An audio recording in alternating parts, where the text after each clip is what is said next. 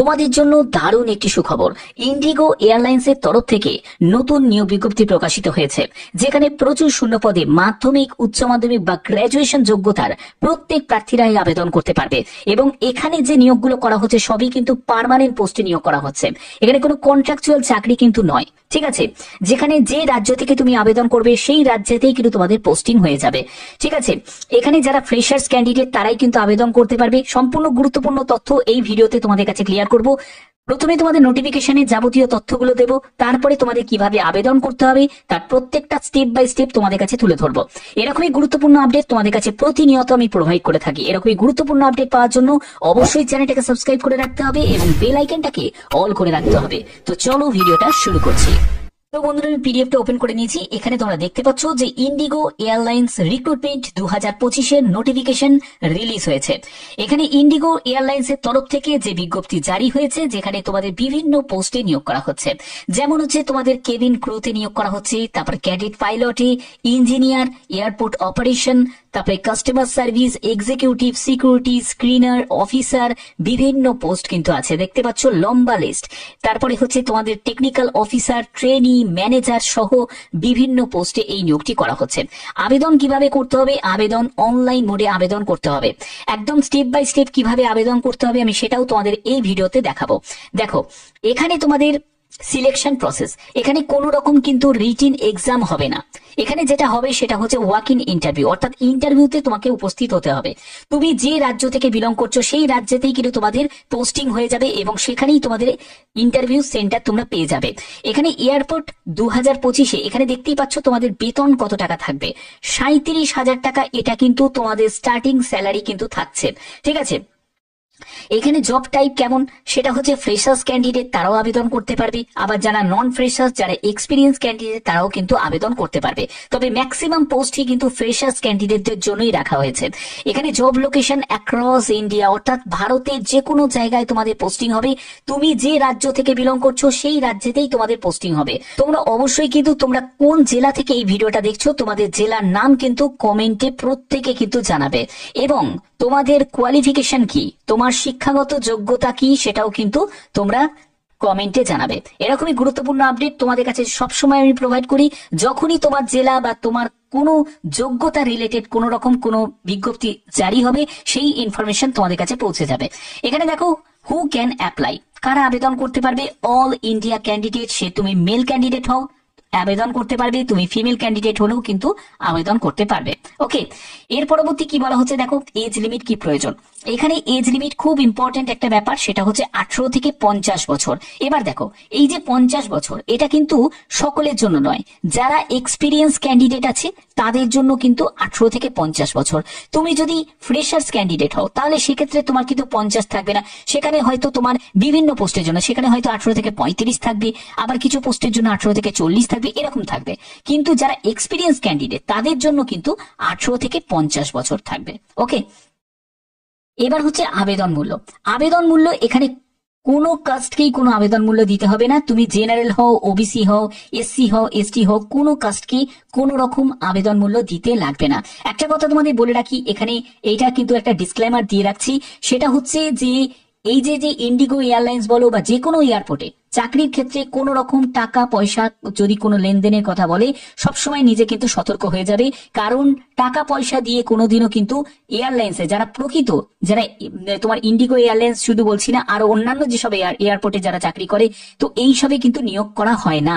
যারা টাকা পয়সা দিয়ে যারা নিয়োগ বিজ্ঞপ্তিগুলো জারি করে বা হয় সেগুলো কিন্তু সম্পূর্ণ ফ্রড হয়, তার জন্য এই ব্যাপারে সতর্ক থাকবে।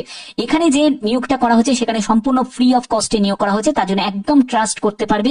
এছাড়াও তোমাদের আবেদন করার একদম সম্পূর্ণ প্রসেস আমি দেখাবো, একদম অফিসিয়াল ওয়েবসাইট থেকে দেখাবো, তার জন্য কোনো চাপ নেই। ঠিক আছে, এর পরবর্তী দেখো তোমাদের এডুকেশন কোয়ালিফিকেশন। মাধ্যমিক আছে, উচ্চ মাধ্যমিক আছে, গ্র্যাজুয়েশন আছে। যে কোনো শাখায় তুমি যদি গ্র্যাজুয়েট হয়ে থাকো অ্যাপ্লাই করতে পারবে। উচ্চ মাধ্যমিক যদি যে কোনো শাখায় পাশ করে থাকো অ্যাপ্লাই করতে পারবে। মাধ্যমিক পাশ করলে কিন্তু অ্যাপ্লাই করতে পারবে। অবশ্যই তোমরা কমেন্টে তোমাদের জেলার নাম এবং তোমাদের শিক্ষাগত যোগ্যতা কি অবশ্যই কিন্তু প্রত্যেকে কিন্তু জানাবে। ঠিক আছে। আচ্ছা, এখানে দেখো তোমাদের আবেদন শুরু হয়ে গেছে, প্রত্যেকে আবেদন করতে পারো। আবেদন করার জন্য একটি অফিসিয়াল লিংক দেওয়া আছে, অ্যাপ্লাই অনলাইন, সেখান থেকে ডাইরেক্ট আমি অফিসিয়াল ওয়েবসাইটে ভিজিট করব এবং আবেদন করার সম্পূর্ণ প্রসেস তোমাদের কাছে তুলে ধরবো।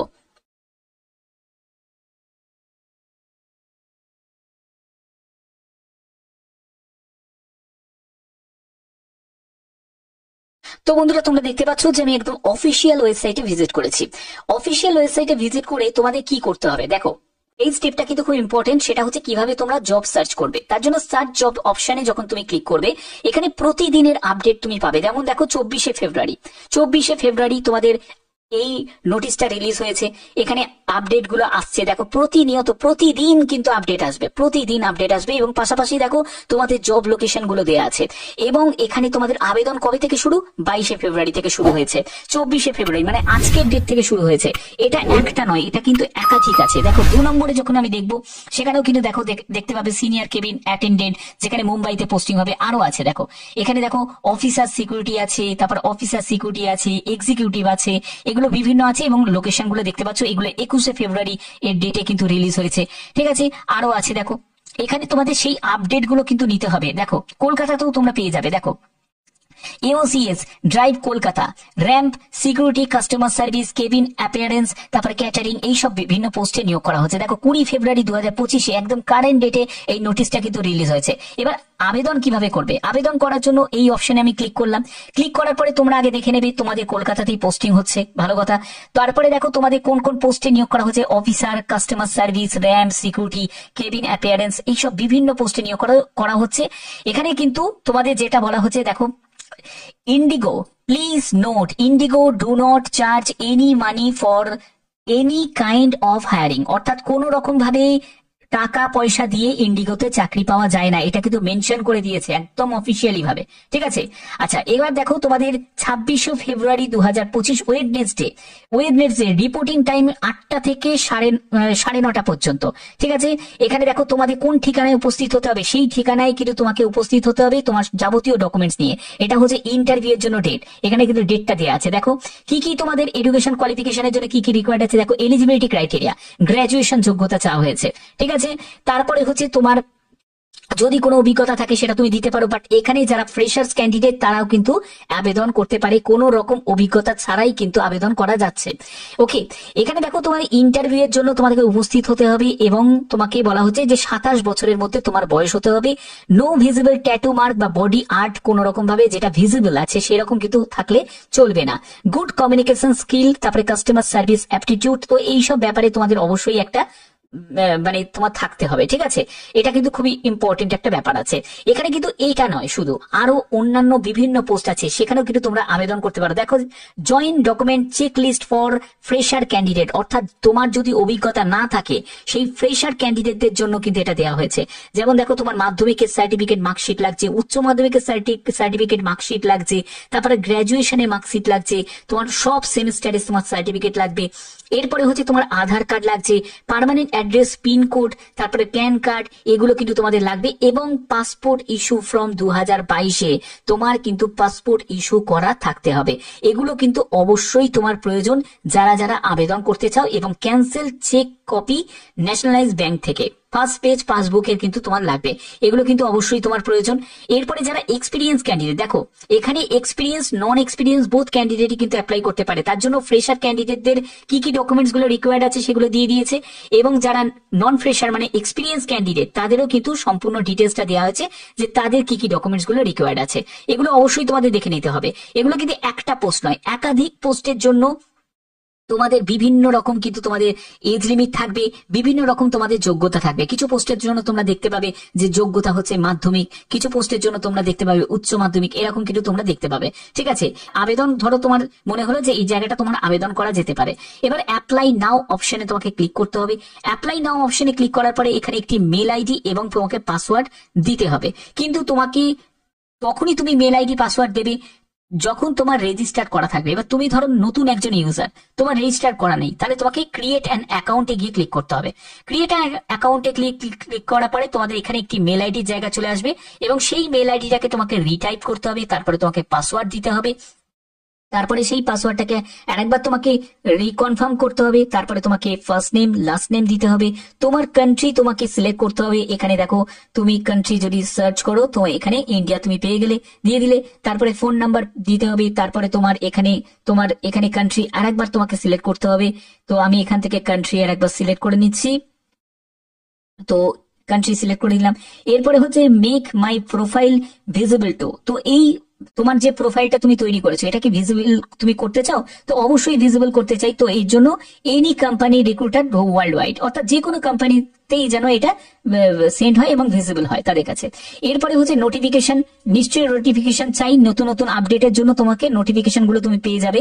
এরপরে তোমাকে ক্রিয়েট অ্যান অ্যাকাউন্টে যখনই তুমি ক্লিক করবে তোমার এখানে অ্যাকাউন্টটা ক্রিয়েট হয়ে গেল। এবার অ্যাকাউন্ট ক্রিয়েট করার পরে তারপরে তোমাকে সিভি দিয়ে তোমাকে যাবতীয় প্রসেস গুলোকে কমপ্লিট করতে হবে। তো এই হচ্ছে এখানে মেন ব্যাপার। তো এইভাবে তোমাদের আবেদন করতে হবে, প্রত্যেকটা স্টেপ গুলোকে ফলো করতে হবে।